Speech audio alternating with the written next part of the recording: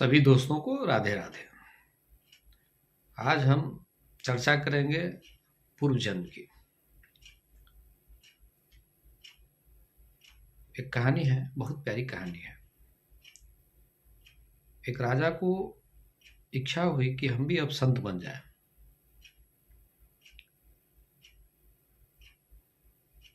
तो वह संत बनने के लिए अपने मंत्री को कहा कि बताओ ऐसा कौन संत है या गुरु है जिसके पास जाने के बाद मैं भी संत बन जाऊं। सांसारिक वस्तुओं से राजा का मन भर गया, इसलिए उसकी इच्छा हुई कि अब ईश्वर की ओर चले, उस परमात्मा का दर्शन करें।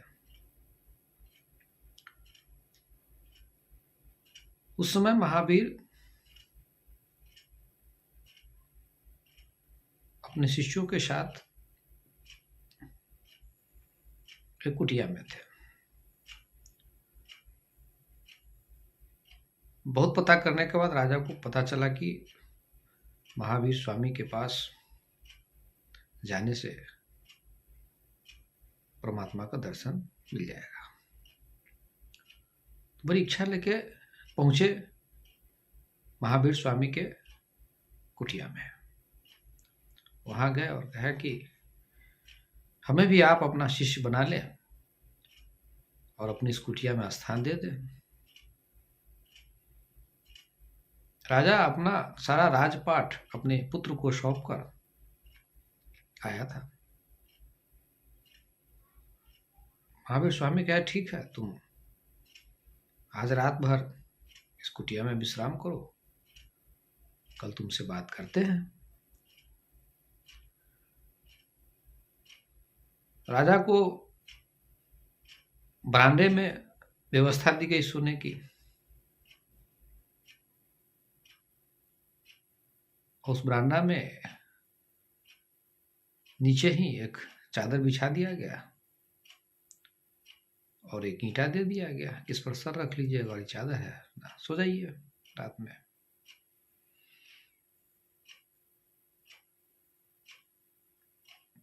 राजा साहब सदैव मखमल और नरम बिछावन पर सोने की आदत थी। सोते समय उनके सेवक पंखा होते, बहुत सारी सुख सुविधाएं थी।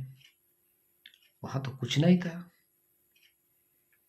और रात में जितना लोग निकलते बाहर निकलने के लिए तो खट खट की आवाज होती, क्योंकि उस समय के लोग का चप्पल लकड़ी का होता था, जिसे हम लोग खड़ाव कहते हैं। तो उससे आवाज होता था, बार बार इनका नींद लगने से पहले टूट जाता था। और कभी तो नीचे सोए नहीं, तो उनको बड़ा कष्ट हो रहा था। अब इनके अंदर तरह तरह की विचारें पैदा हो रही थी कि कहाँ हम फंस गए, किस झंझट में फंस गए, कितना अच्छा था, हम राजमहल में आराम से राज भोग रहे थे, मेरी मति मारी गई थी, मति भ्रष्ट हो गई थी, किसके बहकावे में आ गए, कहाँ से विचार आ गया। रात भर सो नहीं पाए और मन बना लिए कि सुबह महावीर से भेंट करके और हम मना कर देंगे कि हमसे अब ये काम नहीं होगा, हम शिष्य नहीं बन पाएंगे, हमको उस परमात्मा का दर्शन नहीं करना है। और यह सब बात सोचते सोचते सुबह महावीर स्वामी के पास पहुंचे। जैसे ही राजा कुछ बोलना चाहा, तभी महावीर स्वामी बोले कि तुम्हें पता है तुम पूर्व जन्म में क्या थे। तो जैसे महावीर स्वामी इस बात को कहे कि तुम पूर्व जन्म में क्या थे, इसके अंदर एक जिज्ञासा पैदा हो गई। कहा कि हाँ हमको बताइए, हम जानना चाहते हैं। कहा कि तुम पूर्व जन्म में एक हाथी थे और जंगल में बहुत भयंकर आग लग गई।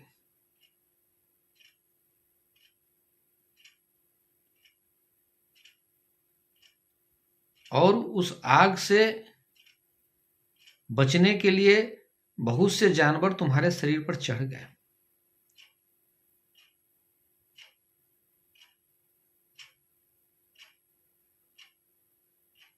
तुम तो जल गए, लेकिन वह सारे जीव बच गए।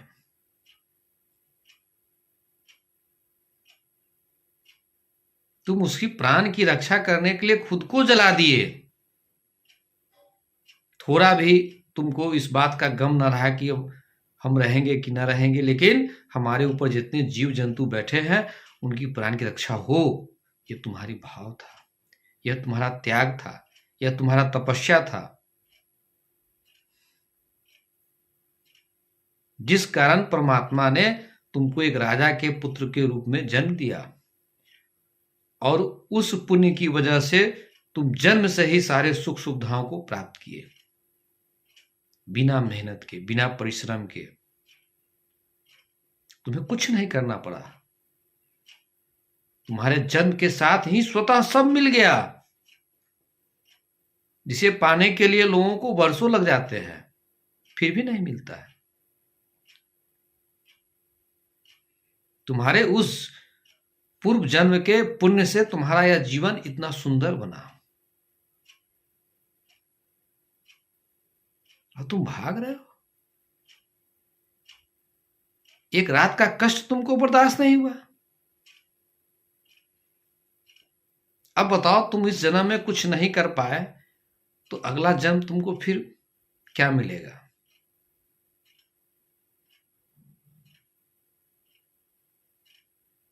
जैसे ही महावीर स्वामी ये बात कहे, राजा के तलवे के नीचे धरती जैसे निकल गया हो।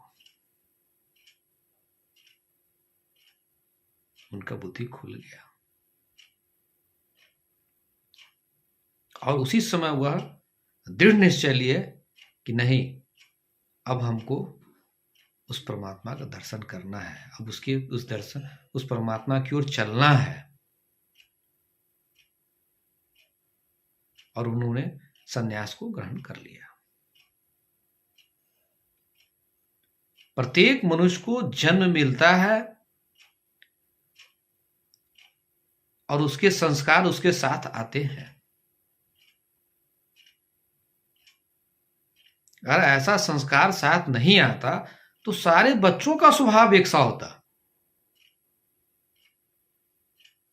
आप देखते हैं कि सारे बच्चों का स्वभाव अलग अलग होता है, कोई बदमाश होता है, कोई ठीक होता है, कोई शांत होता है, कोई उदंड होता है। माने जितने बच्चे हैं सबके स्वभाव में भिन्नता होती है, क्योंकि वह पूर्व जन्म का संस्कार उसका अभी समाप्त नहीं होता है।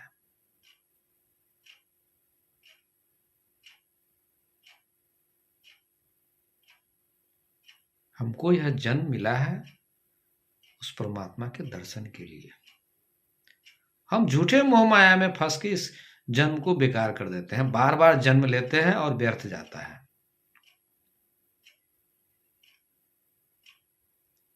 हम वही इकट्ठा करते हैं जो हम साथ नहीं ले जा सकते, और जो साथ जाने वाला है उसका इकट्ठा हम करते ही नहीं है। उसको तो हम बेकार समझते हैं, व्यर्थ समझते हैं, फालतू समझते हैं।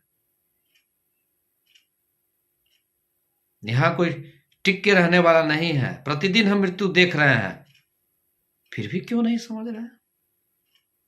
हर घर में, हर परिवार में, हर अगल बगल प्रतिदिन लोग जा रहे हैं, और हम लोग डेली देखते हैं, शमशान में जाकर देखते हैं कि जाने वाले के साथ कुछ नहीं जाता है, फिर भी हम हर चीज को जमा करने में लगे हुए हैं।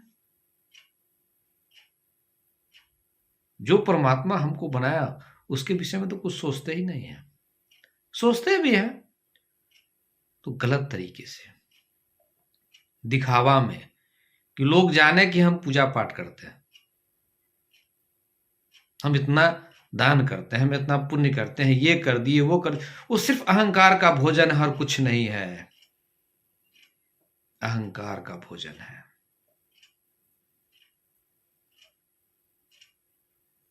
कभी गौर से सोचो, एक भिखारी भी जानता है कि अगर अकेले में मांगो तो आदमी ना कर देगा, 10 आदमी के साथ अगर है तो मांगो तो तुरंत दे देगा। यही तो हमारी मानसिकता है,